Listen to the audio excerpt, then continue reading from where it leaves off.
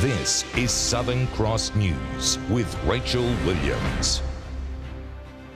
Good evening, everyone. The increasing pressure on Tasmania's prison system has been revealed in an alarming internal email. The leaked memo highlights fears correctional staff have for their safety as inmate tensions reach dangerous heights. Our reporter Jacqueline Robson has the exclusive details. An email sent by a correctional staffer desperate for extra resources. The leaked memo titled Inmate Frustrations revealing a prison system under immense strain. Tensions at the Ron Barwick Minimum Security Prison described as being at breaking point. The fuse is lit. It won't take much for things to kick off. Frustration levels are running high. There are not enough rehabilitation programs. There's a high level of boredom and that sleeping arrangements are grossly inadequate, in fact inhumane. And that staff are simply run off their feet. It's understood Ron Barwick is under pressure as inmates are transferred to the facility to accommodate prison upgrades. The email describing substandard conditions with mangy mattresses and difficulty obtaining clothing. Prisoners with mental health issues impacting the mood becoming easy targets. Correctional staff with fears their offices could be easily breached and entered by inmates. Clearly there are too many inmates to the number of staff. They need more resources. We're deeply concerned for correctional officers' safety. In the last couple of years, for around 45 more correctional staff. My understanding is another 23 correctional staff will be on very shortly. The Prisoners' Legal Service says evidence that 50 inmates are unemployed is alarming, highlighting a lack of focus on rehabilitation by the government. Tasmania with the second worst reoffending rates in the country. They simply want to stack them, rack them and pack them, and that is, as we know from other jurisdictions, a disaster. It will cost the Tasmanian taxpayers millions. We make no apology for being tough on crime. We want to ensure that our streets are safe, and so we have made significant investments. Investments appearing to have limited impact as tensions reach dangerous new heights. Jacqueline Robson, Southern Cross News. A Cambridge home has received $80,000 damage, with several crews attending a fire which engulfed a nearby shed on the property, containing the blaze before it had a chance to spread further. One person was home at the time, alerting emergency services at around 11 p.m. Fully involved when they arrived. They couldn't enter the structure, so did an external attack. Investigations continue into the cause. Well, in around 15 hours, the 27th annual Targa Tasmania will be off and racing. Competitors this morning tested their tyres one last time at Symmons Plains. Half the field is just here to enjoy our windy roads, while reigning champion Devonport's Jason White is eager to reclaim the title. He's won Tassie's greatest tarmac rally 6 times before.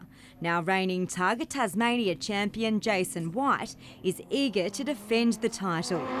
This is the 21st time I've done the event, so yeah, you have to sort of pinch yourself a bit to realise that you've done it that many times and succeeded that many times. So, but success is what we're here for. So we'll be trying our hardest to try and make it work this week. Many of this year's 285 competitors tested their pride and joy of final time today. Sponsors taken for a hot lap. Some drivers showing a bit too much force. In pit lane, support crew completed finishing touches. We've got another suspension which should handle the bumps a bit better, so we're expecting it to be a bit stronger on the bumpy stuff. Matt Close in his Porsche is expected to be White's main competitor. Just that running up the northwest coast, Jason White, he's the man to beat, so we'll be in the mix. But you learn with this event, this is our 14th Targa, you're going with not a lot of expectations because anything can happen. This is definitely the strongest field because the factories have really stepped their game up. There's literally 8 or 9, 10 probably that's starting tomorrow who think they could probably knock John and Jason off, but there's no doubt they'll start favourites. Jim Richards and Barry Oliver again pairing up for their 26th consecutive race. But despite holding the record for the most Targa Tasmania titles, the duo say they'll be happy if they finish in the top 10. We'll just take it as it comes and enjoy it. That's what it's really all about for us. What's the best thing about Targa? You get to drive the car as fast as you can on the roads. Without worrying about the police. Stage 1 leaves Launceston for Georgetown tomorrow. Many cars will also be on display at Launceston Silverdome tonight for the Targa Expo. Monica Dadsen at Southern Cross News. Police have called off a search for what was believed to be a missing Tasmanian swimmer. Emergency services, including a rescue helicopter and marine police, began searching Kingston Beach and the Derwent River late last night after concern was raised by a member of the public. A note was left on a vehicle at the beach this morning, but police have since said they hold no further concerns. If you haven't already, it's time to bring out the hot water bottle and light the fire because snow is already covering Tasmania. Great Lake residents woke to a blanket of white this morning. Little Betty Boop, the dog, putting on her winter coat to enjoy the snow as flakes continue to fall most of the morning. Mount Wellington was also covered. Temperatures there were below zero. There is a possibility of more snow late tomorrow. The Bureau of Meteorology has also issued a severe weather warning for most of the state tonight. The worst winds are expected early tomorrow morning. They'll gradually ease during the day.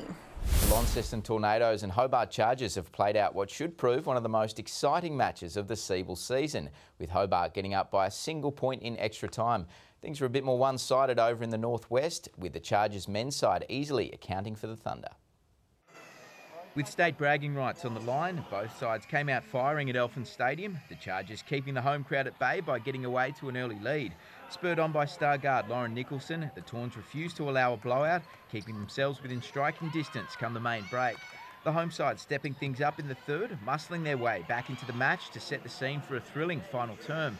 Kathleen Shear trying her best to hold off a Tawns onslaught, delivering on both ends of the court, but the home side kept coming, tying the game and forcing extra time. Both sides putting on a gutsy display in the season's most exciting game yet. In the end, it was the Chargers who came out on top by the slimmest of margins. With Siebel basketball featuring in Devonport for the first time, the Northwest Thunder struggled to find form on behalf of the region as the Chargers ran riot early, with import Mathane Muir getting it done under the basket and from downtown. The Thunder recovered in the second to edge back into the match, but couldn't keep the momentum alive as the visitors showcased what they could be capable of this season, led by point guard Trey Nichols, who top scored with 32 points. NBL forward Craig Moller providing the icing on the cake, with the Chargers running away the 24-point winners. Finally in sport, it was another upset win in the Tasmanian NPL for the weekend today, with Launceston City striking just after half-time against Olympia at Warrior Park, courtesy of Joseph Desario. Noah Miles using his pace to set up the visitors' second of the day, with Tyler Fisher capitalising to secure his side the 2-0 win. Good evening. Hobart a chilly 13 today, Launceston 15, Burnie and Devonport 14. Strong westerlies brought cool conditions to all of Tasmania today, with the first dustings of snow now visible on Mount Wellington. The state's top was 16 in St Helens, 15 on Flinders, King Island and Friendly Beaches, 14 in Smithton and Lowhead, 13 on Maria Island and in Strawn, 11 for Ouse and Lyowini just 3. Our first autumn minus was -1 in Lyowini, right in the middle there. The satellite has picked up convective clouds over much of the state today, with showers for the west and Bass Strait. Nationwide, there's low and mid-level clouds sitting over southeast Australia. Mid-level cloud also visible off the West Australian coast and in northern Queensland. Tomorrow, a very chilly start for Tasmania, with a vigorous cold front crossing our path during the morning, followed by a strong southwesterly flow. A high pressure system will also continue to build in the Bight. On the water, west to southwesterly winds to 45 knots, with seas to 6 metres about the west and south. There's a severe weather warning for damaging winds to west to southwesterly winds over most of Tasmania tomorrow morning.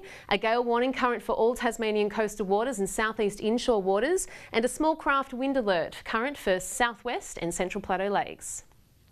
Tomorrow, showers and wind easing across the south, Hobart 17, Ouse 16, Dover 14. Clear skies for the north, Launceston and Devonport 18, Scottsdale 17 after an early shower. Burnie and Stanley easing showers 18, Strawn 16. St Helens and Swansea mostly sunny 19, Ross early showers 16. The 3-day forecast starting Tuesday will see showers about the west and south, fine elsewhere, but the westerly winds will keep things nice and fresh. Wednesday, possible showers for the west, sunny elsewhere with a few 19s making their way back to the board. And Thursday, fine and mostly sunny with some toasty 20s making their way back also for your school holidays. It does look good on Thursday. And checking out Great Land down under tomorrow, 32 in Perth, Adelaide, showers 21, Sydney 28, Cairns, some showers 29 also. Well, that's all your news for now. Thanks for your company. I'm Rachel Williams. Good night.